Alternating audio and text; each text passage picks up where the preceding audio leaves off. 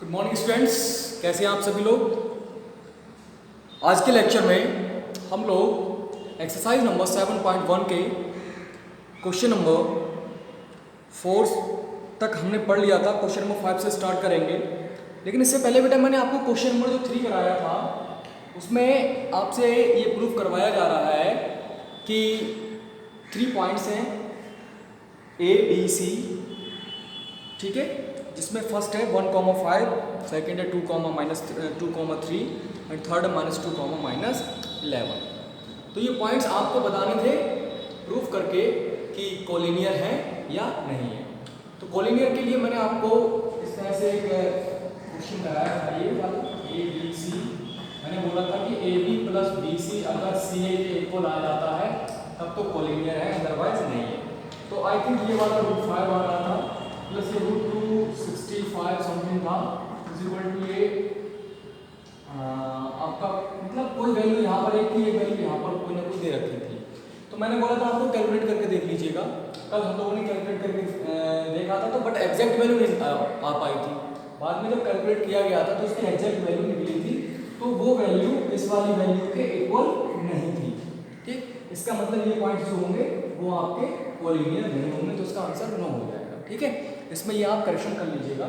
चलिए आज हम लोग स्टार्ट करते हैं क्वेश्चन नंबर 5 को। क्वेश्चन नंबर 5 क्या दे रखा है, देखिएगा। In a classroom 4 friends are seated at the points A, B, C and D as shown in the figure.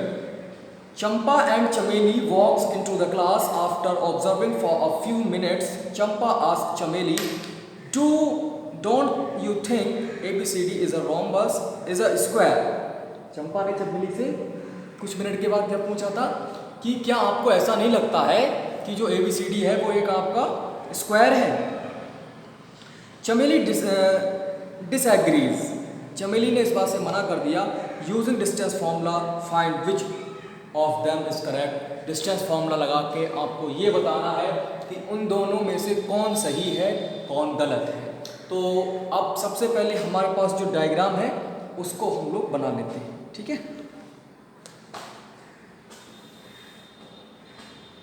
इसको मैं पूरे को नहीं बना रहा हूं, मैं केवल पॉइंट्स को शो कर रहा हूं। A, B, यहाँ पॉइंट आपका D है, ये पॉइंट आपका C है। A, B, C and D। ठीक है, दीज आर द पॉइंट्स। अब इन पॉइंट्स में पहले हम इस डायग्राम की मदद से अपनी बुक में देखिएगा, पेज नंबर आपको मिल जाएगा 161 पर। जो पॉइंट A है वो x एक्सिस से कितनी डिस्टेंस पर है, x एक्सिस से 4 की डिस्टेंस पर है, और y एक्सिस से कितनी की डिस्टेंस पर है, y एक्सिस पे से 3 की डिस्टेंस पर है। इसका मतलब जो पॉइंट A के कोऑर्डिनेट हो जाएंगे वो 3,4 हो जाएगा। ये कोऑर्डिनेट हो जाएगा 3,4। सिमिलरली पॉइंट B के कोऑर्डिनेट पहले x का लिखा जाता है, फिर y की वैल्यू को लिखा जाता है, ये 6,7 हो जाएगा। एंड ये जो आपका C वाला है ये 9,4 हो जाएगा बेटा। एंड लास्ट D वाला ऑप्शन जो है वो 6,1 हो जाएगा। तो ये हमारे पास कुछ कोऑर्डिनेट्स आ गए।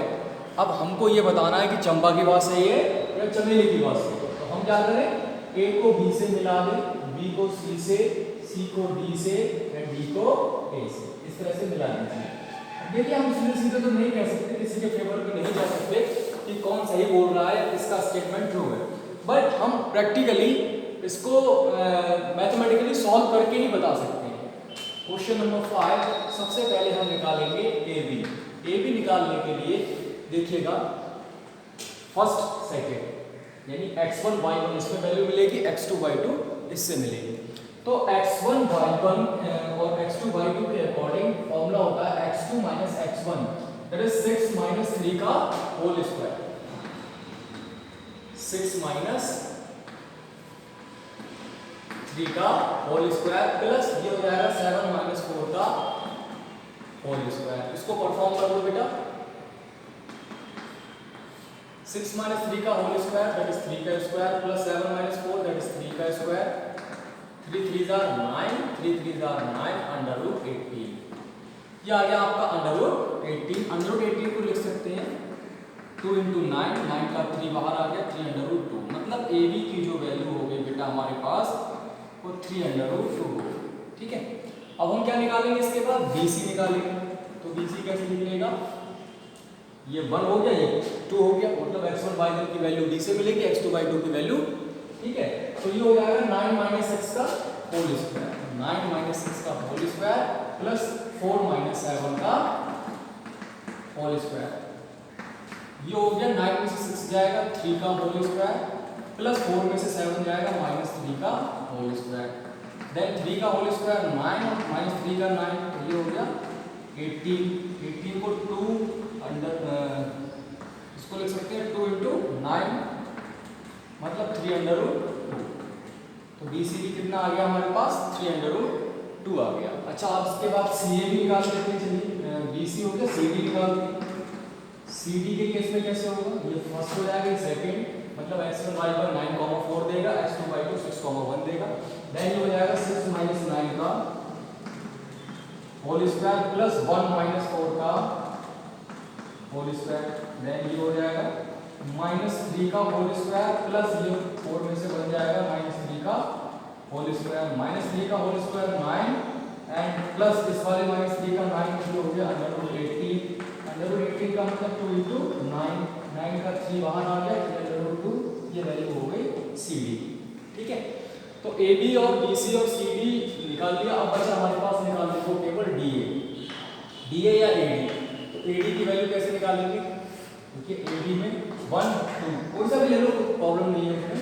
तो ये हो गया 6 माइनस 3 का होल स्क्वायर प्लस ये हो गया 1 माइनस 4 का होल स्क्वायर।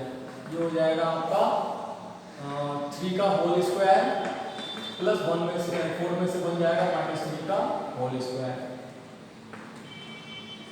ठीक है बेटा, तो ये हो जाएगा आपका 3 3 9 और ये हो गया माइनस 3 का होल स्क्वायर 9 दैट इज √18। √18 का मतलब 2 इंटू 9 और 9 का मतलब 3 बाहर 2 अंदर, ये हो गया 80।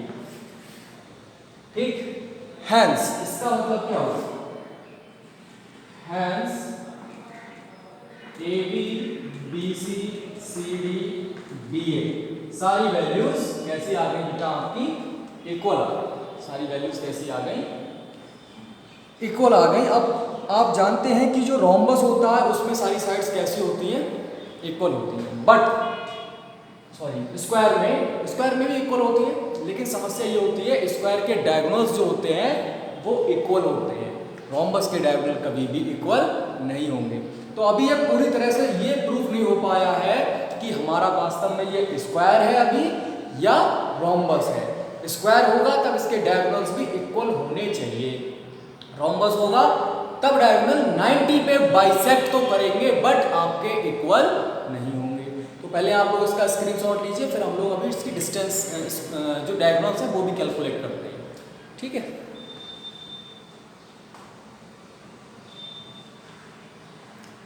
चलिए बेटा इसके बाद इसमें नेक्स्ट स्टेप करते हैं। अब देखिए इसके डायगोनल्स क्या होंगे, पहले वो समझ लीजिए। इसके डायगोनल्स बी को आप बी से मिलाएंगे, ए को आप सी से मिलाएंगे। तो पहले आप ए सी निकालेंगे। ए सी निकलेगा कैसे, 1 और 2 x1 y1 3,4 देगा, x2 y2 9,4 देगा। तो अब आप देखिए 9 में से 3 को सबट्रैक्ट कीजिएगा, 9 माइनस 3 का होल स्क्वायर प्लस 4 माइनस 4 का होल स्क्वायर। 9 में से 3 जाएगा 6 का होल स्क्वायर, 4 में से 4 जाएगा 0 का होल स्क्वायर, 6 का मतलब 36 और 0 का मतलब 0, 36 का मतलब 6। तो कुल मिलाकर आपका जो AC है वो 6 यूनिट आ गया। ठीक है, अब हम क्या निकालेंगे इसके बाद, BD भी निकालेंगे। BD होता है x2 माइनस x1 ये है 1 ये और 2 ये। B के जो कोऑर्डिनेट्स हैं बेटा हमारे पास क्या लिखे हुए थे हमने, 6,1 लिखे हुए थे। ठीक है, तो ये हो जाएगा देखिए 6 माइनस 6 का होल स्क्वायर प्लस 1 माइनस 7 का होल स्क्वायर। 6 में से 6 जाएगा 0 का होल स्क्वायर प्लस 1 में से 7 जाएगा माइनस 6 का होल स्क्वायर। ये हो गया आपका 0 प्लस ये हो गया 36, यानी कुल मिलाकर 36 बोले तो ओनली 6। तो BD की जो वैल्यू आ गई वो 6 आ गई। इसका मतलब ये हो गया hence AC is equal to BD. So ABCD is a square. So चंपा कह रही थी, चमेली कह रही थी,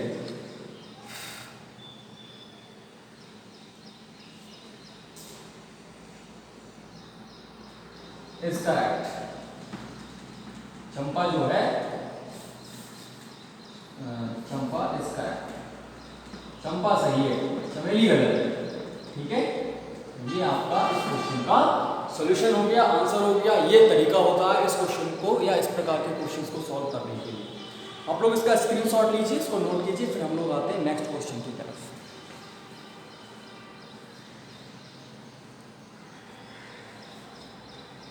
चलिए इसको रफ कर देते हैं। क्वेश्चन नंबर 6,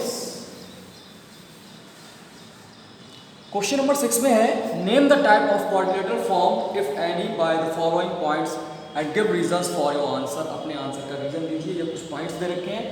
लेट 6 का फर्स्ट पार्ट, पॉइंट 1 जो है उसकी वैल्यू क्या है बेटा, वो दे रखा है आपको -1, -2, -1, -2। पॉइंट बी जो दे रखा है क्या है 1, 0 एंड सी जो है वो है आपके पास -1, 2 एंड लास्ट डी -3, 0। ये आपके क्वाड्रिलेटरल के पॉइंट्स हैं। आपको बताना है कि ये क्वाड्रिलेटरल क्या होगा। देखिए क्वाड्रिलेटरल का सिंपली मतलब ये होता है कि क्वाड्रिलेटरल में 4 तो साइड्स होती हैं और 2 डायगोनल्स होते हैं।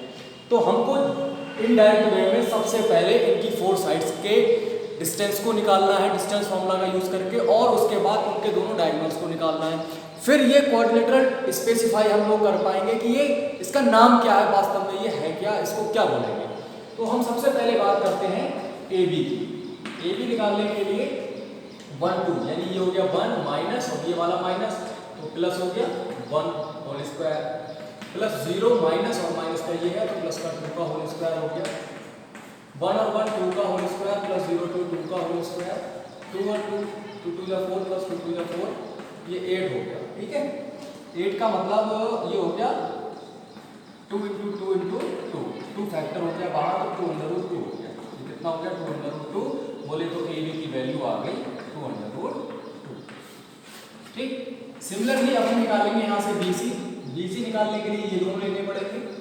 तो ये हो जाएगा देखिए -1 का होल स्क्वायर प्लस 2 -0 का होल स्क्वायर, -1 -1 -2 का होल स्क्वायर प्लस 2 का होल स्क्वायर। ये हो जाएगा 4 प्लस ये हो गया 4, ये हो गया √8 मतलब 2 × 2 × 2 √2 में 2 कॉमन हो गया 2 √2, ये वैल्यू आ गई BC। ठीक, ये आपका क्या कैलकुलेट हो गया बेटा, BC हो गया। अब हम करेंगे यहाँ से CD कैलकुलेट। CD में मतलब C और D ये 2 पॉइंट्स हो गए। तो √3 -1 -3 प्लस का 1 का होल स्क्वायर प्लस ये हो गया 0 -2 का होल स्क्वायर, 0 -2 का होल स्क्वायर -3 में से बन जाएगा -2 का होल स्क्वायर बचेगा प्लस ये -2 का होल स्क्वायर है। ये हो गया आपके पास 4 प्लस ये हो गया 4 √8 मतलब 2 √2, ये आ गया आपका CD। तो कुल मिला के A B B C C D अभी तक तो तीनों ही आपकी कैसी आ गई, इक्वल आ गई। इसका स्क्रीनशॉट लीजिए, फिर उसके बाद नेक्स्ट निकालते हैं।